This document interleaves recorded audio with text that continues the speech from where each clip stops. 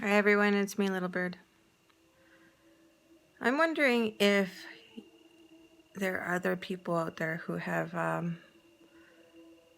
lived like me, where there's some really cool stories that you have,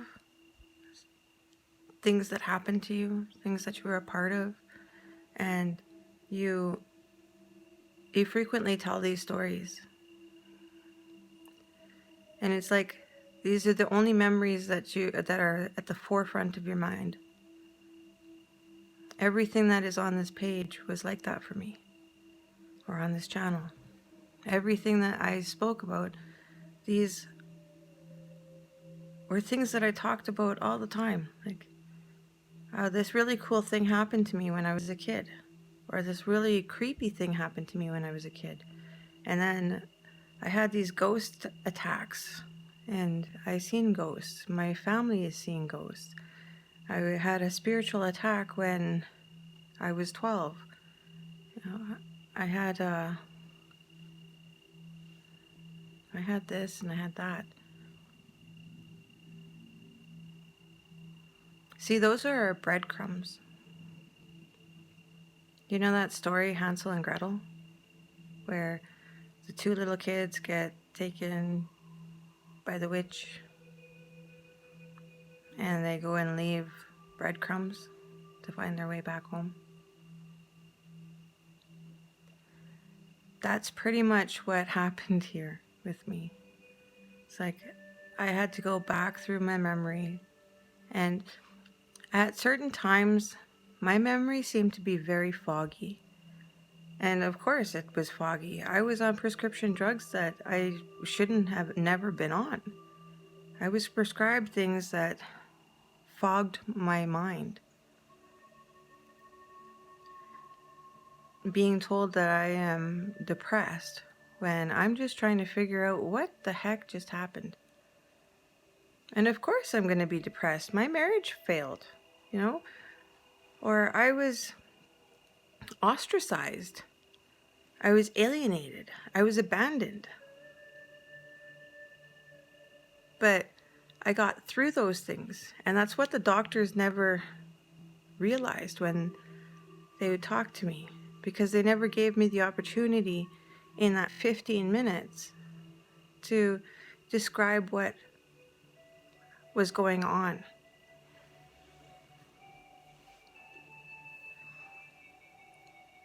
They never gave me that opportunity.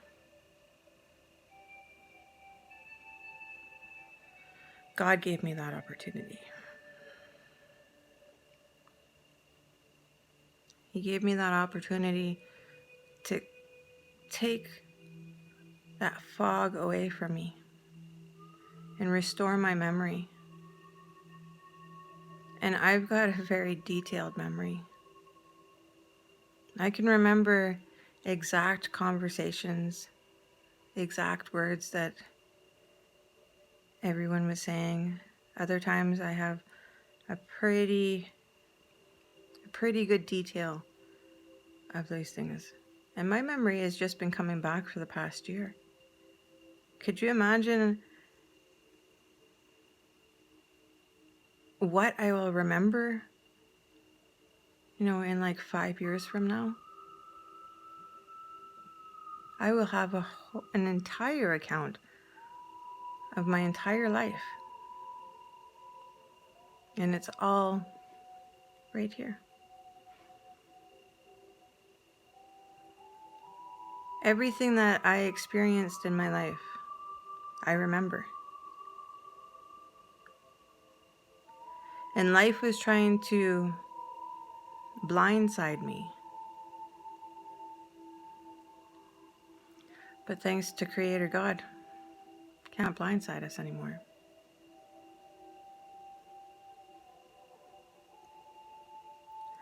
When I lost my marriage, I lost everything.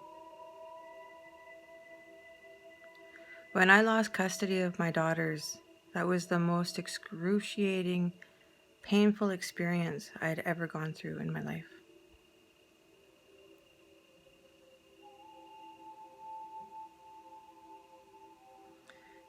And looking back, I realized that, my husband, he was trying to keep the family together. And he tore our family apart. But I don't blame him.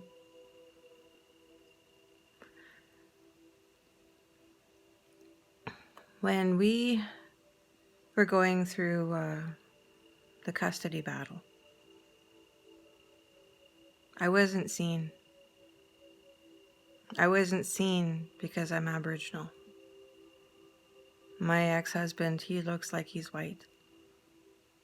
I'm clean, and I had been the one that was paying the rent. I'm the one who found the place. My husband had very bad credit, and I was the one who had good credit. And this was the second time that I had lost a home that was in my name to my husband. When the judge gave my husband 3 months interim custody, he also gave him my home. I lost everything. But my husband couldn't keep the house. And he didn't want my daughters. He wanted his family. And without his wife, his family wasn't complete. So he was still lost. And I had given up fighting for him. As soon as he took me to court, I gave up. I didn't want to have that man in my life anymore. When he chose his sister over his wife, over his family, I didn't want to have a part of him. I had a part of him. When we went to court, my ex-husband walked into court with sunglasses on. When I tried to speak to the judge about his demeanor and his attire, the judge didn't hear me. My ex-husband, he said that he didn't want me to. He was wearing the sunglasses because he was crying for so long, and it was like I wanted to see him suffer. And the judge took pity on him. Like when our daughter Leilani was 1.5 years, and the cops had come and arrested me. That was the same way that I was treated. I lost everything. And I continued to stay clean, despite it all. My husband separated my daughters, and I counterclaimed my husband and sped up the court process. And the day before court, I called child welfare. Because if that judge was going to give my husband, who is an actively using addict, my children, I wanted them to be apprehended. So when court came, and I had a good lawyer.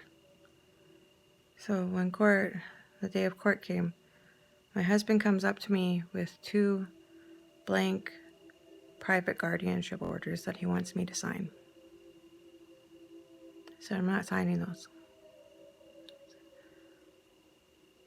He says what he says, and the judge tried to stay his decision, and a child welfare worker got up, said that she wanted to, or he wanted to talk to us privately to see if we could work something out. And my husband had told them that my daughters aren't even in his care, that he doesn't have a home, and he tried to give these poor me excuses. But that was the effect of the curses. They took everything from us.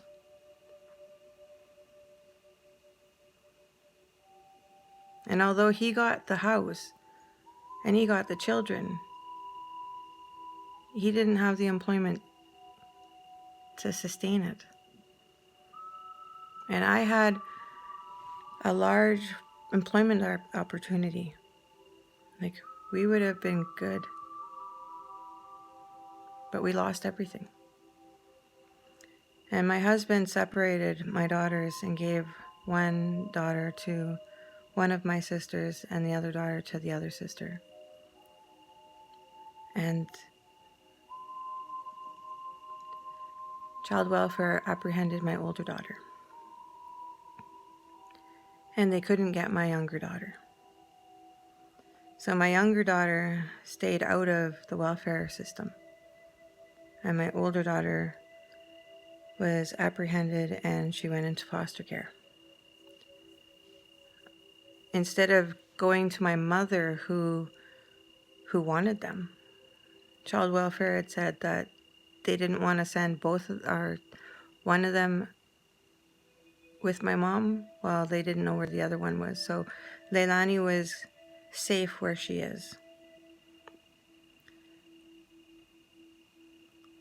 No, she wasn't safe where she was. She was safer with my mom, because at least with my mom, she would have been able to feel loved. Her whole world crashed around her. She was separated from her mother, her father, and her baby sister. She was made to live with people who she didn't know, and that didn't love her the way that her mom did.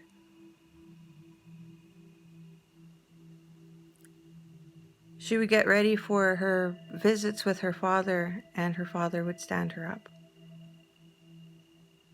because that's how lost he was. My daughter stayed in foster care for 5 months while I got my life together. I didn't get my daughters because I was waiting to get into a treatment center. And I got out of treatment.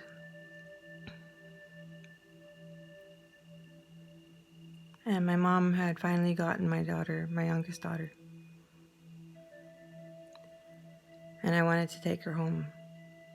I wanted to get her and bring her back home, but I didn't have a home.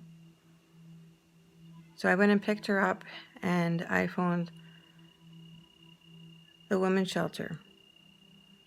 And I asked if there was a space at a women's shelter as far away from Grand Prairie as I possibly could get. And I found one in Lethbridge, Alberta. The next morning, I had a bus ticket paid for me and my daughter, Jem. And we went there to go and find a home to bring her sister home to.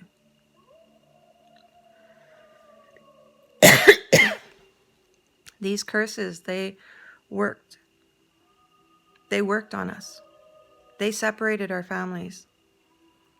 People have been wondering what happened. Why is there all this red tape? Why is there so many Aboriginal children getting taken away? Because here in Canada, the curses were in the reserves. In North America, all of North America, the curses were bad medicine. The witchcraft had come and separated our families. But God intervened so that our children don't have to suffer the way that we did. So our grandchildren don't have to suffer. Not anymore. God is on our side. He has the whole world in his hand now.